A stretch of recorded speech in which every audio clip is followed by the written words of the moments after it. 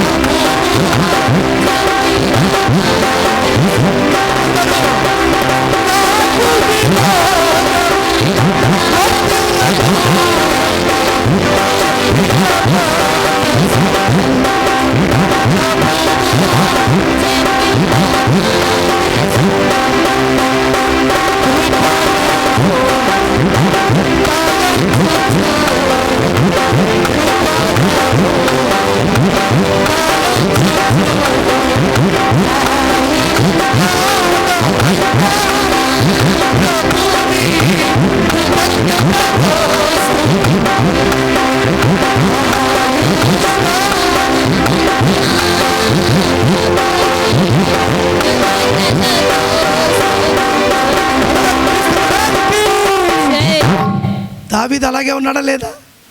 ఏమన్నాడు? ఆఖరిని ఏం పాడాం పాట?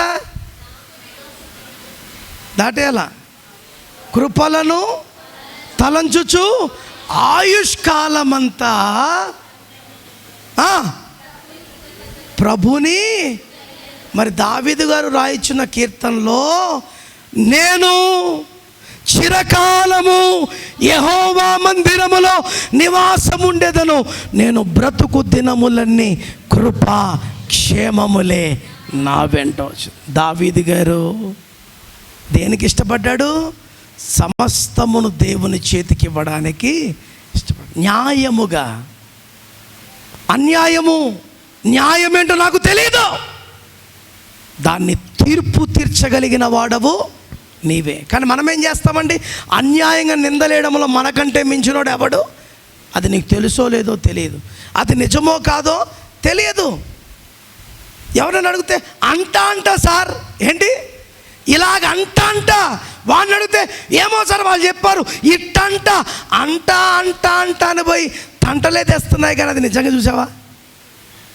అందుకే హృదయ రహస్యములు ఎరిగిన వాడు ఎవరో తెలుసా? దేవుడు. మాకు అప్పుడప్పుడు కొన్ని విషయాలు తెలుస్తున్నప్పుడు మేము ప్రభువుని అంటాం, ప్రభా న్యాయము తీర్చవలసిన వారం మేము కాదు, ఇది మాకు బాధగా ఉండొచ్చు, కానీ సమస్తము చూచుచున్న వాడవు నీవే. దేవుని చేతికి అప్పచెప్పాలి.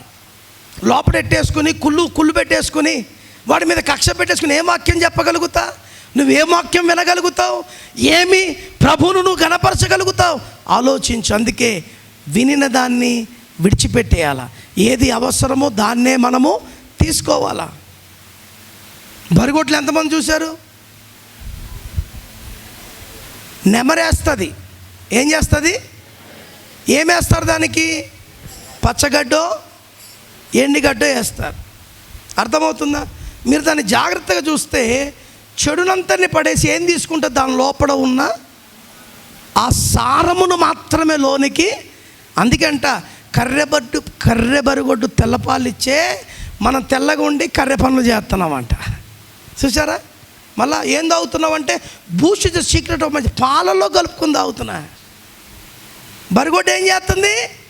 ఎట్టిగడ్డి పచ్చిగడ్డి తిని శ్రేష్టమైన పాలు ఇస్తే మనం పాలు తాగిన మనం, ఆ బర్రె పాలు తాగుతున్న మనం చేసేవన్నీ చెడు పనులే. మనకంటే అదే మేలు. యాది చెప్పండి? బరిగొడ్డు. మళ్ళీ తినే దాంట్లో దేనికి రాజీపడం అంత మంచిదే.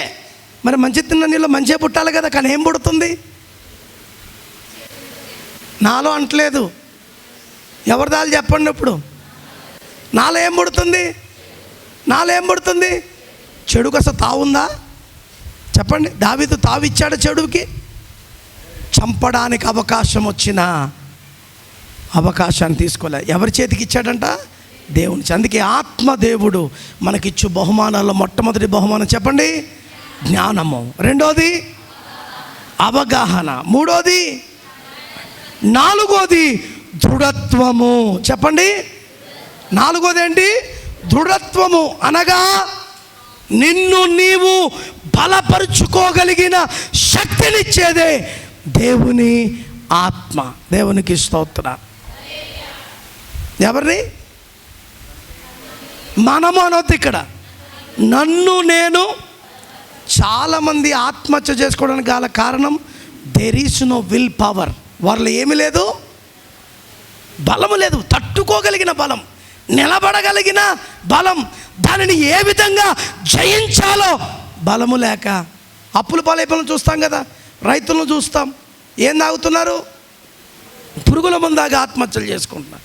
ఇంకా కొంతమంది ఉరేసుకుని చచ్చిపోతారు, కొంతమంది బ్రిడ్జిల మీద దూకి చచ్చిపోతున్నారు, కొంతమంది రైళ్ళ కింద పడి చచ్చిపోతున్నారు.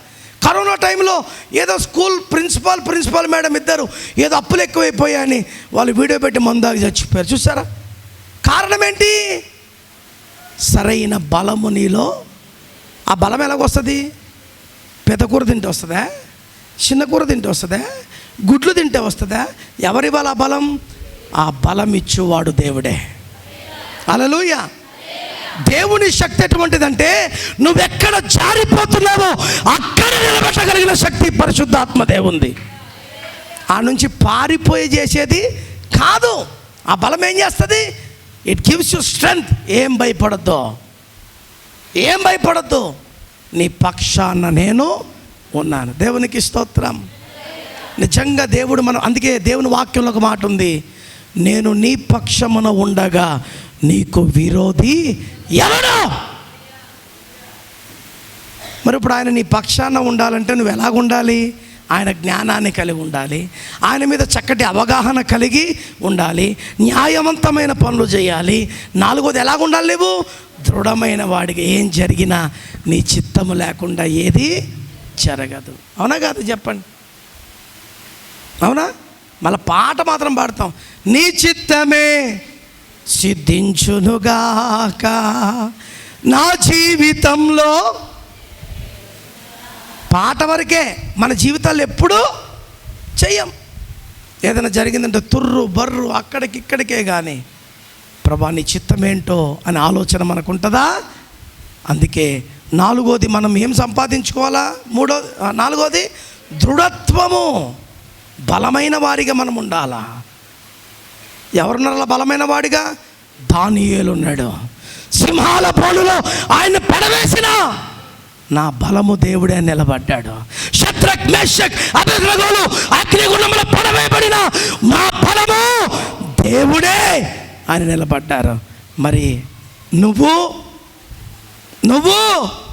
అలా నిలబడగలుగుతున్నావా? ఆలోచించొక్కసారి. నువ్వు జారిపోతున్నావు, పడిపోతున్నావంటే ఆత్మ ఇచ్చు బహుమానము కలిగిన దృఢత్వము నీలో లేదు. కనుక మనం ఎలాగుండాలి? దేనికి భయపడకూడదు, దేనికి భయపడు, ధైర్యముగా నిలబడు. నిన్ను వాడుకునేవాడు, నిన్ను బలపరచువాడు, నిన్ను నడిపించేవాడు ఎవరు? మనం ఇక్కడ వరకే ధైర్యంగా ఉంటాం. మెట్లు దిగామంటే ఆ ధైర్యం వచ్చేస్తుంది మనకి. ఎవరికన్నా చెప్పండి అంటే భలే చెప్తావు. దేవుడమ్మా నమ్మాలమ్మా చెయ్యాలి, నీ కాడికి వచ్చేపాటికి తుస్సు. చెప్పండి, తుస్సు బుస్సే. అందుకే దేవుడు కష్టాన్ని కోరుకున్నా కానీ సులువైంది కోరుకోలే. సులువైంది చెప్పడం అంట, కష్టమేంటో తెలుసా? చేయడం. నిజంగా దేవుడు చేయడం నేర్చుకుంటే డప్పాలు కొట్టాలంటే ఇంకా బతుకుతాం మనం. అసలు పోజులు కొట్టాలంటే డప్పులు కొట్టాలంటే మన తర్వాతే కదా ఎవడైనా. అవునా? ప్రార్థన చేసుకో అనడం ఈజీయే, చేయడం ఆపసాపాలు వచ్చేస్తాయి. తల్లి 9వ నెల ఎట్లాంటి బాధలు పడతాదో ఏం చేస్తాడు? ఇలా మోకరిచ్చినోడు మళ్ళీ ఇలా కూర్చుని కాలు ఇలా ఎడుగుని స్తోత్రం అంటాడు, ఇట్ట అంటాడు, ఇద్దం. ఎన్ని బాధలు! ఎక్కడికి? ఎక్కడ? ప్రార్థన చేస్తారని ఇలా మోకరించావు. ఎలాగా? ప్రార్థన చేస్తారని ఇలా మోకరిస్తావా? 2వ స్టెప్పు అబ్బా అబ్బా నీకు తెలుసు కదా నాయన. 3వ స్టెప్పు అబ్బా, 4వ స్టెప్పు, 5వ స్టెప్పు ఆమెన్ అనేపాటికి ఆమెన్ ఆమెన్. ఏం చేసావు? బలమైన ప్రార్థన. ఏ ప్రార్థన? పోగొట్టుకుపోయే ప్రార్థన. ఎన్ని స్టెప్పులు ఉన్నాయి చూడండి ప్రార్థనలో. ఎన్ని స్టెప్పులు? 5 స్టెప్పులు. అబ్బా లెక్కెట్టేసేవేటి? ఇలాంటివి బాగుంటాయి, కానీ మన జీవితంలో ఏ స్టెప్లో ఉన్నామంటే తెలీదు. అవునా? దావీదు ఎటువంటి వాడో తెలుసా? బైబిల్లో ఏకైక రాజు, దేవుని మందసము దగ్గరికి వెళ్ళగలిగిన సామర్థ్యం కలిగిన వాడు దావీదు ఒక్కడే. ఇంకా ఎవడు కూడా దేవుని మందసాన్ని దగ్గరికి వెళ్ళి ప్రార్థన చేసేవారు బైబిల్ ఎవరికి లేదు. వాళ్ళకి మధ్యలో ఎవరు ఉండేవాళ్ళంట? యాజకులు ఉండేవారు. కానీ దావీదుకి ఎటువంటి ధన్యత? డైరెక్ట్గా అతి పరిశుద్ధ స్థలంలోకి వెళ్ళి దేవునితో విచారించగలిగిన దేవునికి స్తోత్రం. హల్లెలూయా, హల్లెలూయా. ఫస్ట్ ఏ జ్ఞానము? మరి అలా చెప్పండి, పరిశుద్ధాత్మ బహుమానమైన ఉత జ్ఞానము. ఏ పుస్తక జ్ఞానం అనుకుంటున్నావేటి? చెప్పు. 2వది ఆత్మ ఇచ్చు అవగాహన. 3వది ఆత్మ ఇచ్చు న్యాయవంతమైన. 4వది ఆత్మ ఇచ్చు దృఢత్వము. 5వది మరలా నాలెడ్జ్, మరలా జ్ఞానమే. విజ్డమ్ వేరు, నాలెడ్జ్ వేరు. కానీ డిక్షనరీలో రెండిటికి ఒకే అర్థం. ఏంటి? జ్ఞానం. చెప్పండి. Wisdom and knowledge. Wisdom and knowledge రెండు ఒకే అర్థం. ఏంటి అర్థం? మాట్లాడినప్పుడు 2 పదాలు ఎందుకు వచ్చాయి చెప్తారు ఎవరైనా? అమ్మా కాలేజ్ చదువుకుంటున్నారు కదా. Yes Pavitra, what is the meaning between wisdom and knowledge? జ్ఞానమేనా? ఈజీ జ్ఞానమేనా? ఎస్. పాఠం వైపు చూస్తే నా వైపు చూడు ఇటు. MBBS doctor. Wisdom and knowledge, what is the meaning? Yes, what is the meaning? జ్ఞానమే. What is the meaning? Hello hello teacher అమ్మా. When the word is same, why we got 2 words of wisdom and knowledge? ఇంకెవరున్నారు? Yes teacher అమ్మ. Teacher అమ్మలు చాలామంది ఉన్నారు కదా ఇక్కడ. మమ్మల్ని అడుగుతలేదని ఇందాక చూస్తున్నారు మా వైపు. చెప్పండి మొగోళ్ళు, చెప్పండి వెనకాల. మురళి, విజ్డమ్కు నాలెడ్జ్కి తేడా ఏంటి? రామ్దాస్ అల్లుని అడిగి చెప్తావా?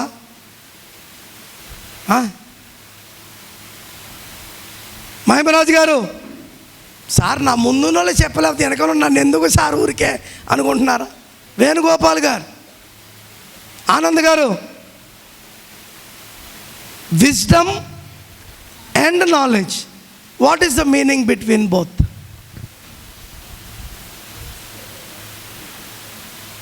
చూసినారు అప్పుడు జ్ఞానమని వచ్చిందా? నేను 2 తేడా చెప్తా వినండి. Wisdom is where we get knowledge. అంటే ఒక పుస్తకాన్ని చదువుతున్నప్పుడు దానిని అర్థము చేసుకోగలిగినది ఇచ్చినదే విజ్డమ్. నాలెడ్జ్ అంటే ఏంటో తెలుసా? దాన్ని నువ్వు చదివి నీ అవగాహన ప్రకారముగా చేయడము నాలెడ్జ్.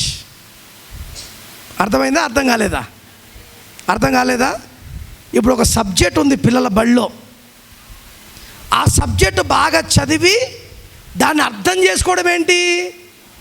విజ్డమ్. ఇప్పుడు ఎవరికన్నా దాని గురించి చెప్పాలంటే చదువుతా ఇను అంటే అవుతుందా? చెప్పండి, కాదు కదా, కాదు కదా. ఇప్పుడు పరిశుద్ధాత్మ దేవుడు దైవ సేవకులకు ఎటువంటి వరం ఇవ్వాలంటే ఇది చదవడము ద్వారా వాడికి విజ్డమ్ రావాలి, దీన్ని వివరించుట ద్వారా దానిలోన ఉన్న సారమైన అనుభవాలను అనుభవిస్తూ ఇతరులకు ప్రకటించాలి. అప్పుడు అక్కడ దేవుని కార్యము బలముగా జరుగుతుంది. దేవునికి స్తోత్రం కలుగునుగాక. హల్లెలూయా, హల్లెలూయా. బైబిల్ చదివి వాక్యం చెప్పడం వేరు, బైబిల్ని అవగాహనించి దేవుని దగ్గర మోకరించి ప్రార్థన చేసి పొందుకునే మర్మాలు వేరు. ఏవి శక్తివంతమైనవంటే ప్రభువు దగ్గర పొందుకున్నవే శక్తివంతం. అంతవరకు అర్థముగా ఉంటాయి, అర్థమైనట్టుంటాయి, అర్థము కావు. నువ్వు ప్రభు పాదముల దగ్గర పడితే నీకు అర్థమే కాదు, దీన్ని వివరిస్తున్న వారికి కూడా అర్థమయ్యేటట్టుగా పరిశుద్ధాత్మ దేవుడు చేయగలరు. కనుక పరిశుద్ధాత్మ ఇచ్చు బహుమానాల్లో నెంబర్ 1, నెంబర్ 2, నెంబర్ 3, 4, 5, ఇప్పుడు 6. దావీదు ఏం కలిగి ఉన్నాడు? దైవ భక్తి. చెప్పండి, ఏం కలిగి ఉన్నాడు? 5వ రాయిలో ఉన్న 6వ మాట ఏంటంట? దైవ భక్తి.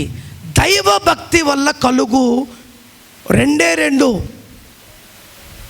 ఏమంటారు దాన్ని, ప్రయోజనాలు ఏంటంటే, 1 ప్రభువును ప్రేమించు, 2 ప్రభు సేవ చేయి. ఏంటి?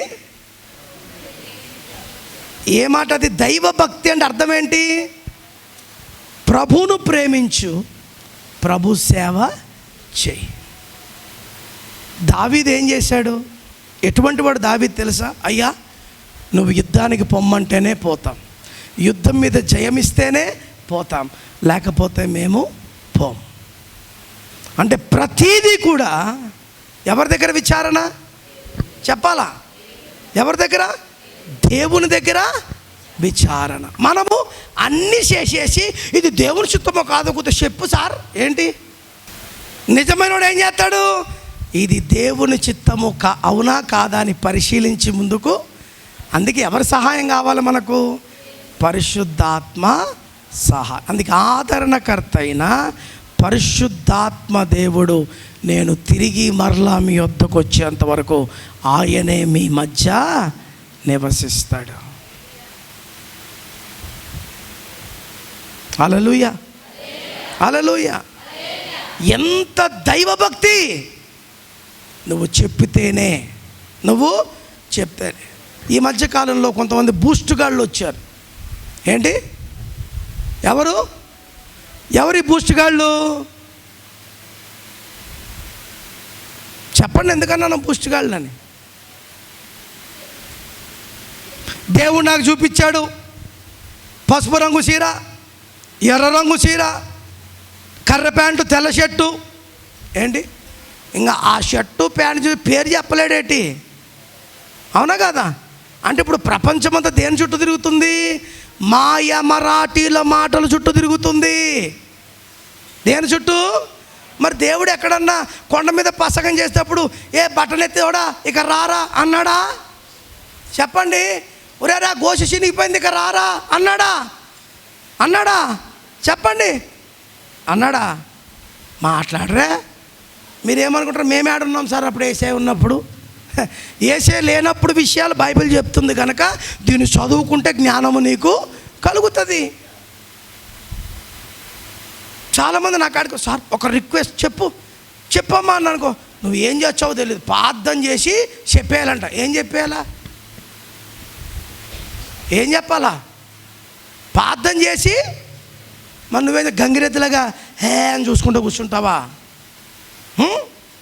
ఇప్పుడు ఇవే ఎక్కువైపోయాయి. అండ్ రమేష్ గారు ఉన్నాయా లేవా? మీ గురించి మేము ప్రార్థన చేయాలా? నువ్వు మాత్రం గంగిరెద్దులో తిరుగుతుంటావు ఊరంతా. మేము ఎస్ అంటే ఎస్, నో అంటే నోవా. ఇలాగే పుట్టలో కాళ్ళు వేసాడు ఒకడు. ఎవరు? ఒక యాజకుడే. మీకు ఎన్నిసార్లు చెప్పినా కొత్తగానే ఉంటుంది కదా మురళి. మందిరం కడతా అన్నాడు దావీదు. ఎవరితోటి అన్నాడు? ఓరే దొప్పితే కదమ్మా బండి. సమూయేలు గారు చనిపోయిన తర్వాత బాధ్యతలు ఎవరికి అప్పచెప్పారు? దొబ్బండి సార్ అంటారు, అంటే తొయ్యండి సార్ కొద్దిగా చలికాలం కదా అని. తోసిన ఏడవరకు నేను చర్చి కట్టాలనుకుంటున్నాను అన్నాడు. అప్పుడు యాజకుడు ఏమన్నాడు? ఇంకా కొద్దిగా ముందుకు తోస్తా. నీకడ్డేముంది, నువ్వు దేవుని హృదయానుసారం కట్టేయి అన్నాడు. మరి ఇంతటికి అడిగిపోయింది. ఎవరా ప్రవక్త? నాతాను ప్రవక్త. అయ్యగారు టిట్టి పోతున్నాడు. దేవుడు టప్పని కొట్టాడు. ఎక్కడా? ఇంకా రాజమందిలో ఉన్నప్పుడే. ఎవడరా నోరు జారమంది నిన్ను? ఎవడు? చెప్పు ఏమని? నువ్వు కట్టడానికి వీలు లేదు, నీ చేతి నిండా రక్తాన్ని దేవుడు చూచి. మందిరం ఎవరి ద్వారా కట్టిస్తాడు? నీ తర్వాత తరం వారితో చూస్తే పప్పులో కాళ్ళేస్తూ ఉంటాం చాలామంది. ఎందుకు? సరైన అవగాహన ఊరికి. అందుకే పైన అదేదో సామెత అంటారు, పైన పటారం లోన లొటారంలాగా. పైకి అంతా గప్పు అనొచ్చు, లోపల పరిస్థితి ఏంటో చూస్తున్నాడు ఎవరు? చెప్పండి. హృదయం వ్యాధితో నిండిన ఆమె. ఆపు. ఇప్పుడు నేను రమేష్ గారు వచ్చారు, brother praise the lord, how are you అని కౌలించుకుంటే అందరూ ఏమనుకుంటారు? అబ్బా చారికి బెదర్ అంటే ఎంత ప్రేమో. ఎందుకంటే మన కళ్ళకు కనపడేది అది తప్పించి దేవుడు అనుకుంటే ఊరే పనికి మలోడా, చర్చిలోనే కుళ్ళు పెట్టుకుని అందరు కనపడితే ఏం చేస్తున్నావు నువ్వు? ప్రేమించడం నటిస్తున్నావా అంటాడు. అంటే ఇప్పుడు ఎవరు చూపు గొప్ప? కానీ మనమేం చేస్తాం? ఏం ప్రేమ అసలు వారిద్దరి మధ్య, ఏమి అన్యాయం, ఎంత అనురాగము. ఏది చూసి? మేడిపండు చూడు, పొట్ట విప్పి చూడు, విశ్వదాభిరామ, నీ గుండిస్కేసి తోమా. దీన్ని ఎంత తోమినా. ఇంకో సామెత ఉంది, ఎలక తోలు ఏడాది ఉతికిన నలుపు నలుపే గాని ఎంతకాలమైంది రక్షింపబడి 10 సంవత్సరాలు. 10 సంవత్సరాల నుంచి ఏం చేస్తున్నాడు దేవుడు? రుద్దుతానే ఉన్నాడు. కాటికి కాలు చాపే వయసు వచ్చింది. ఏమన్నా మ్యాటర్ ఉందంటే ఏమంటే వచ్చాం, కూర్చుంటాం, పోతాం. ఏంది? వస్తాము, కూసుకుంటాము, పోతాం. ఒక భార్య భర్తతో అనిందంట, ఏమండి ఈరోజు నేను చర్చికి రాలేకపోతున్నాను, ఇంటికి బంధువులు వచ్చారు, పాస్టర్ గారు చెప్పే ఆ 3 ముక్కలేంటో చెవులు వేసుకుని నాకు చెప్పేయండి వచ్చాను. సర్లే అని చెప్పి ఈడు ఎక్కడికి వచ్చేసాడు సిద్ధపడి? చెప్పండి. చర్చికి వచ్చి కూర్చున్నాడు. పాస్టర్ గారు ఫస్ట్ మాట అందరు వచ్చారా అన్నాడంట. అబ్బా, భార్య ఏమనింది? 3 మాటలు వేసుకోమందని ఫస్ట్ మాట వేసుకున్నాడు. ఏంటి ఆ మాట? చెప్పండి. ఆరాధన అయిపోయింది, అందరు కూర్చోండి అన్నాడు. 2వ మాట వేసుకున్నాడు. ఏంటి? ఆశీర్వాద ప్రార్థన వెళ్ళిపోతున్నారా అన్నాడంట. 3వ మాట చెప్పండి. వచ్చారా, కూర్చున్నారా, గట్టిగా చెప్పండి. ఇవి కూడా రావా? అప్పుడు వెళ్ళిపోవడం ఎందుకు? ఇంకా టైం ఉంది. చెప్పండి. అబ్బో ముత్యాలు రాలిపోతున్నాయి. గట్టిగా చెప్పండి.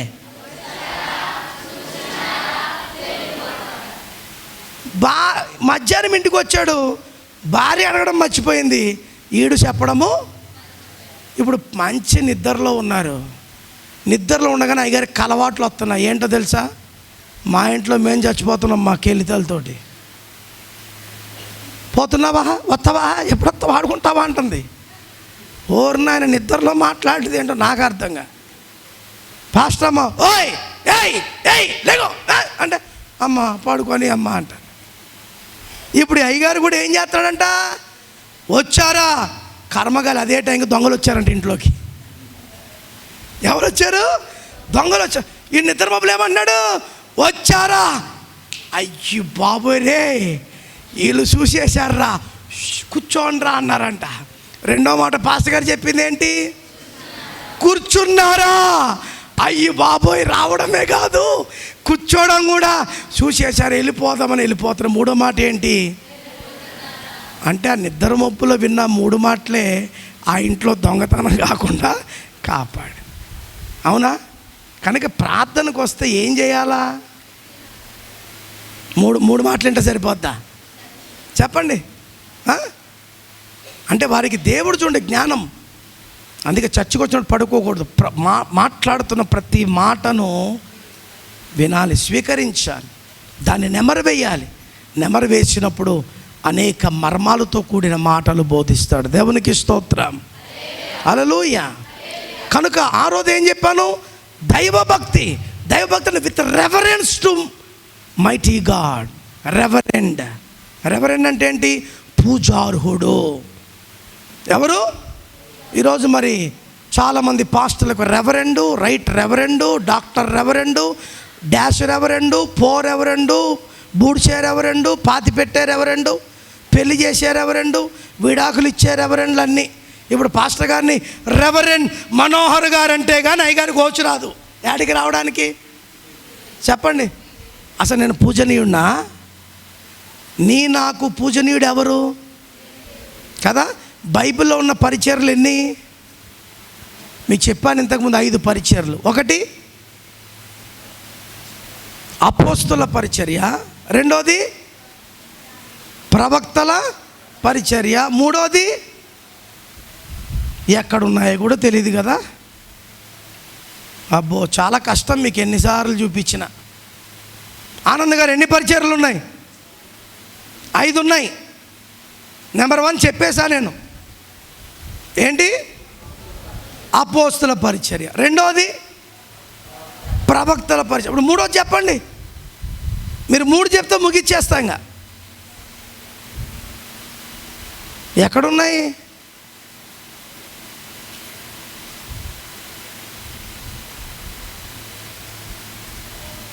మురళి గారు చూడండి కాస్త, ఎక్కడున్నాయి? పోతలమ్మ ఎవరో ఓయ్ అంటున్నారు, ఇంకా సాల్లయ్యా అని బాగా తినొచ్చినట్టున్నారు. ఇక్కడ అరిగిపోయినట్టుంది. ఎన్ని పరిచర్యలు ఉన్నాయి? అపోస్తల పరిచర్య, రెండోది ప్రవక్తల పరిచర్య, మూడోది సువార్థికుల పరిచర్య, నాలుగోది కాపర్ల పరిచర్య, ఐదోదన్న చెప్పండి ఉపదేశకుల పరిచర్య. ఎన్ని పరిచర్యలు? మీరు ఎంత మంచోళ్ళు అంటే చెప్పకుండా నోరు మూసుకుంటే సారే కక్కుతాడు. మనకి ఎందుకనే మీరు కూర్చుంటారు. నాకు తెలుసు మీ సంగతి. మహా పరిశుద్ధులకు ఏమంటారు? మీరు చెప్తేనే కదా సార్ మాకు తెలిసేది. ఏంటి ఇట్లాంటివి ఎందుకు? పోయిన వారం సీరియల్లో కథ ఎక్కడి వరకు ఆగిందో చెప్పమాను. మళ్ళా ఇట్లా ఊపిరి పీల్చుకోకుండా చెప్తావు. వాళ్ళ ఇంట్లో గొడవ సంగతి చెప్పమాను, సంవత్సరమైనా అచ్చుకుద్దినట్టే చెప్తావు. కానీ వాక్యాలు ఎన్నిసార్లు విన్నా చెప్పండి. అది కనపడే బొమ్మ, నీ బొమ్మ తర్వాత ఉంది. ఆ బొమ్మ దగ్గర అంతే. ఇంకా ఆ బొమ్మ అంటే ఏ బొమ్మ? తీర్పు దినం. ఇది ఒకటి వచ్చింది ఇప్పుడు మనకి. ఏది? గూగుల్ ఇచ్చితో కొడితే చాలు ఎక్కడున్నా పెరుకొచ్చేస్తుంది బయటికి. ఇంకా సులభమైపోయింది. అయినా సులభమైన చదువుతున్నావా? నేర్చుకుంటున్నావా? వీడియో గేములు, ఇన్స్టాగ్రాములు, ఫేస్బుక్లు, యూట్యూబులు, వాట్సప్లు, ఇంకా లాస్ట్ గుంతలు పెడి తొక్కడమే. ఏంలే చెప్పాను కదా 5 పరిచర్లు. ఏంటి ఆ పరిచర్య? అపోస్తులు అంటే ఎవరు? సంఘాల మీద పెద్దలు. రెండోది ప్రవక్తలు అనగా ప్రవచించువారు. మూడో పరిచర్య ఎవరిది?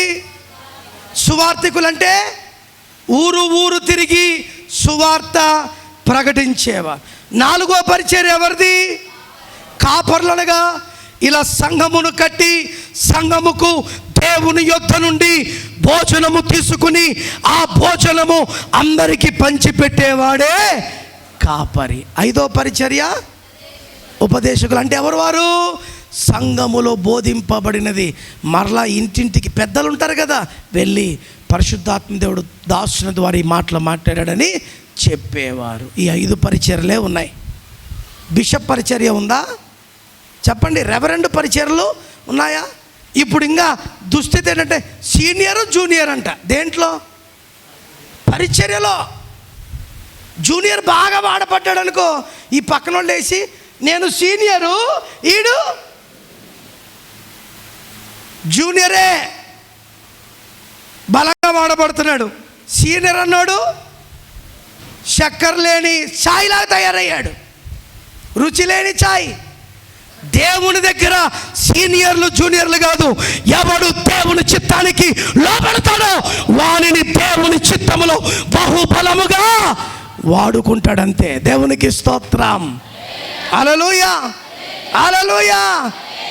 తలకాయని పట్టుకొస్తున్నాడు. ఎవరు తలకాయని? గొలియాతు తలకాయని పట్టుకొస్తుంటే అందరు ఏమంటున్నారు తెలుసా? సౌలుకు 1000 కొలదిగా, దావీదుకు. ఇదొక్క మాట వచ్చేసిందంట బాధ. ఎవరికి? ఎవరికి? నేను ఇంతకాలం పరిచయం చేసి ఇంతగా నాకు 1000, ఈడు ఇప్పుడు పోయి ఒకని తలకాయి నరుక్కొచ్చేది 10,000. మరి ఈడెందుకు నరకలేకపోయాడు? అర్థమవుతుందా? Don't underestimate God's power. ఎప్పుడు దేవుని శక్తిని శక్తిహీనంగా చూడొద్దు. అదేంటో అనుకోవద్దు. పెద్దలకు సిగ్గు రావడానికి జ్ఞానము లేని వారిని లేపుతానన్నాడు దేవుడు. హల్లెలూయా. చదువు లేని వారిని లేపుతానన్నాడు దేవుడు. అందుకే ఆరోది పరిశుద్ధాత్మిచ్చు బహుమనుడు దైవ భక్తి. దైవ భక్తి కలిగిన వారు ఆలస్యంగా రారు దేవుని సన్నిధికి. దైవ భక్తి కలిగిన వారు 5 నిమిషాల ముందే వచ్చి మోకరించి, ప్రభా ఈరోజు ప్రార్థనలో నాకు తోడుగా ఉండు, ఆరాధనలో నాకు తోడుగా ఉండు, వాక్యంలో నాకు తోడుగా ఉండు, నాతో మాట్లాడు, నన్ను సరిచేయి, నీ కొరకు మళ్ళింపబడే ఒక పాత్రగా నన్ను తయారు చేయి అని సిద్ధపాటు కలిగిన వారే ఎవరు? ఎవరు చెప్పండి? దైవ భక్తి కలిగిన వారు. ఎప్పుడన్నా పోదాంలే, ఇంకా పాటలు జరుగుతుంటాయి, ఇంకా ఆరాధన జరుగుతుంటుంది, పాస్టమ్మ గారు బైబిల్ చదివిస్తుంటుంది, ఇంకా సాక్ష్యాలు చెప్తూ ఉంటారు, ఇంకా అయ్యగారు ఇప్పుడే మొదలు పెట్టింటాడు, పోదాంలే ఇంకా 10 నిమిషాలు. అయ్యగారు మంచి ఊపులో ఉన్నప్పుడు పోయి మళ్ళా ఎంత భక్తో ఎప్పుడు అంటే ఇప్పుడు నేను ఈమె కోసం వాక్యం ఆమేసి వందనాలమ్మా కూర్చోండి సిస్టర్ అనాలా? శలకాలు తీసుకుని వెంబడించేటోళ్ళు లేక తయారవుతున్నావు నువ్వు. పెళ్ళి ఒకరోజు ముందే ప్రజెంట్ ఏంటి చెప్పండి? గవర్నమెంట్ ఎమ్మెల్యే ఎంపీ రమ్మన్నాడు అనుకో, 3 గంటల ముందే ప్రజెంటు. మీరే చీఫ్ గెస్ట్ అంటే గంట ముందే ప్రజెంటు. మరి ప్రార్థన అంటే ఎందుకు ఆబ్సెంట్ అవుతున్నావు? అంత విలువలేదనుకుంటున్నావా? అంత విలువ. జాగ్రత్త, జాగ్రత్త. నీవు లేని రోజంతా రోజవునా, నీవు లేని బ్రతుకంతా, నీవు లేని రోజంతా, నీవు లేని.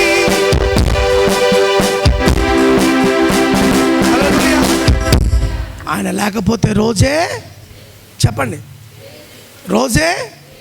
ఆయన లేకపోతే బతుకే చెప్పండి. కానీ మనం ఏమంటాం? చర్చికి రా బ్రదర్ అంటే చూస్తా.